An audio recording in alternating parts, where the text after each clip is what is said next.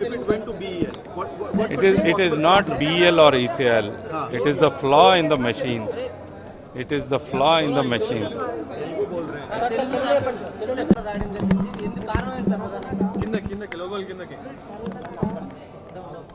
ఈ electronic voting మెషిన్లో ఉన్న ప్రాబ్లమ్ని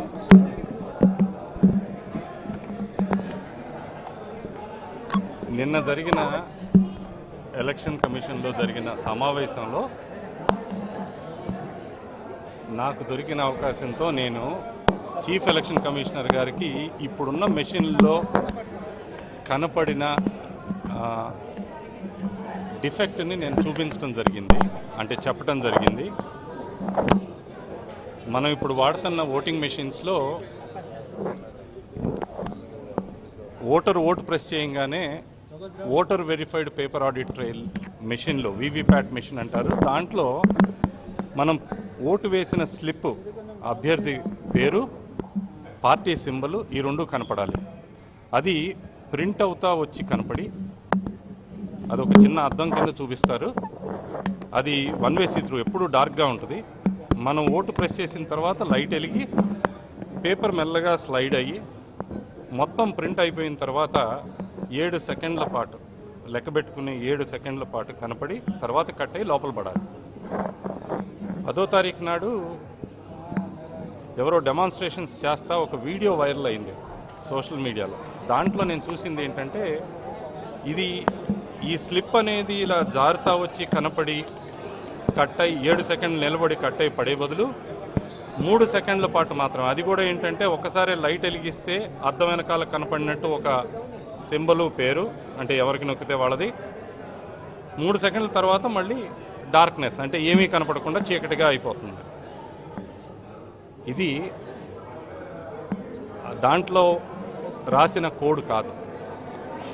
కోడ్ 7 సెకండ్లు రాస్తే 7 సెకండ్లు మాత్రమే చూపించాలి. 3 సెకండ్లు చూపిస్తుంది అంటే ఈ మిషన్లో కోడ్ మార్చన్నా ఉండాలి.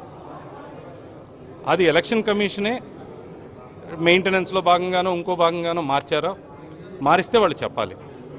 ఒకవేళ మార్చలేదు అంటే ఈ మిషన్ని సీరియస్గా డౌట్ పడాల్సిన పరిస్థితి. ఎందుకంటే ఎలక్షన్ కమిషన్ పదే పదే చెప్తుంది దీంట్లో కోడ్ మార్చడానికి లేదు, ఒక్కసారి రాస్తే మేము కూడా మార్చలేము అని వాళ్ళే చెప్తారు.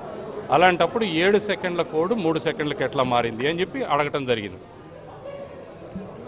ప్రధాన ఎన్నికల కమిషనర్ మాతో అన్నది ఏంటంటే 4 గంటలకు రండి, ఇది ఒక టెక్నికల్ సబ్జెక్ట్ కాబట్టి 4 గంటలకు రండి. 4 గంటలకి మా చైర్మన్ ఉన్నారు, ప్రొఫెసర్ సహానీ గారు, ఆయన ఉంటారు. ఆయనకి చెప్తే ఆయన మిమ్మల్ని కన్విన్స్ చేసేటట్టు ఎక్స్ప్లెయిన్ చేస్తారు, ఏమీ కాలేదు, అన్నీ మంచిగా బాగానే ఉన్నాయి అన్నారు. 4 నేను ఎంపీ రామ్మోహన్ నాయుడు గారు ఇద్దరం వెళ్ళాం. ఒక 20-25 నిమిషాలు మమ్మల్ని వెయిట్ చేయించిన తర్వాత మమ్మల్ని లోపలికి deputy election commissioner Sudeep Jain గారు పిలవడం జరిగింది. లోపలికి పిలిచిన తర్వాత ఇంకొక 3-4 నిమిషాల పాటు అలా మా మొహాలు చూస్తూ కూర్చున్నారు. వాళ్ళ ఆలోచన ఏంటో అర్థం కాక నేను దీని గురించి డిస్కస్ చేద్దామా అని నా కంప్యూటర్ తీసి దాంట్లో చూపిద్దామనే ఉద్దేశంతో నేను నా కంప్యూటర్ బయటికి తీశాను. మాతో పాటు కూర్చున్న సుదీప్ జైన్ గారు ఒకటే అన్నారు, ఈ టేబుల్ మీద కనపడుతున్న పెద్ద ఫైల్ కనపడుతుందా అని అడిగారు. దాని ఇంకా చూశాను, ఇది మీ కేసుకు సంబంధించిన ఫైలు అన్నారు. మీ మీద కేసు ఉంది, కేసు ఉన్న వాళ్ళతో మేము ఎలా మాట్లాడాలి అన్నారు. కేసుకి దీనికి సంబంధం ఏంటండి? కేసు ఉండగానే మల్టిపుల్ టైమ్స్ మీ పాత కమిషనర్లు మమ్మల్ని పిలవడం జరిగింది. Voter verified paper audit trial యొక్క ఫస్ట్ ఫీల్డ్ ట్రయల్కి నన్ను పిలవడం జరిగింది. లేదు మేము మాత్రం మీతో డిస్కస్ చేయదలుచుకోలేదు అన్నారు. నా పక్కనున్న రామ్మోహన్ గారు ఇమీడియట్గా, నేను ఇంజనీర్ని, నాకు చెప్పండి పోనీ, ఆయన వద్దు, ఆయన మాట్లాడరాను. మేము మళ్ళీ పిలుస్తాం మిమ్మల్ని. ఎప్పుడు పిలుస్తారు అని అడిగారు రామ్మోహన్ నాయుడు గారు. రేపు కావాలన్నా పిలుస్తామన్నారు కమిషనర్లు. ఎమ్మటే ప్రొఫెసర్ సహానీ గారు, నాకు పని ఉంది, రేపు నేను కలవను అన్నారు. అంటే ప్రజాస్వామ్యంలో ఒక కీలకమైన ఈవీఎం మెషిన్స్ మీద, అది కూడా ఎలక్షన్లు జరుగుతున్న సమయంలో దాని మీద క్వశ్చన్ అడిగినప్పుడు దాన్ని క్లారిఫై చేయాల్సింది పోయి నీ మీద కేసు ఉంది అని చెప్పి అంటాం. మేము అక్కడి నుంచి ఇక వాళ్ళు డిస్కస్ చేసే ఉద్దేశంలో లేరని మేము బయటకు వచ్చేస్తే పేపర్లకి లీక్ చేయటం, మేమేదో భయపడి పారిపోయాము కేసు అని చెప్పినందువల్ల అని అనటం, పార్టీకి లెటర్ రాయటం, ఇది నిజంగా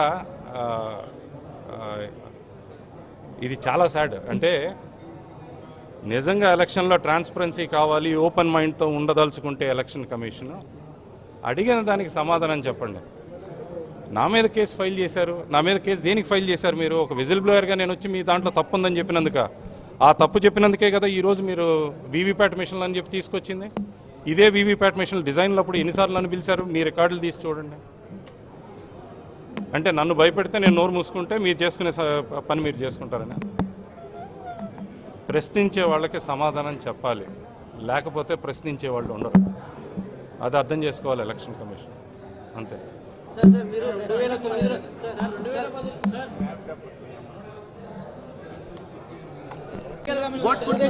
I will not be able to answer. I will not be able to answer. Why don't you? See, I am writing a blog. Listen to me, guys. I am writing a blog. I am going to come back and we will address it. We will address it perfectly. I am not going to run away.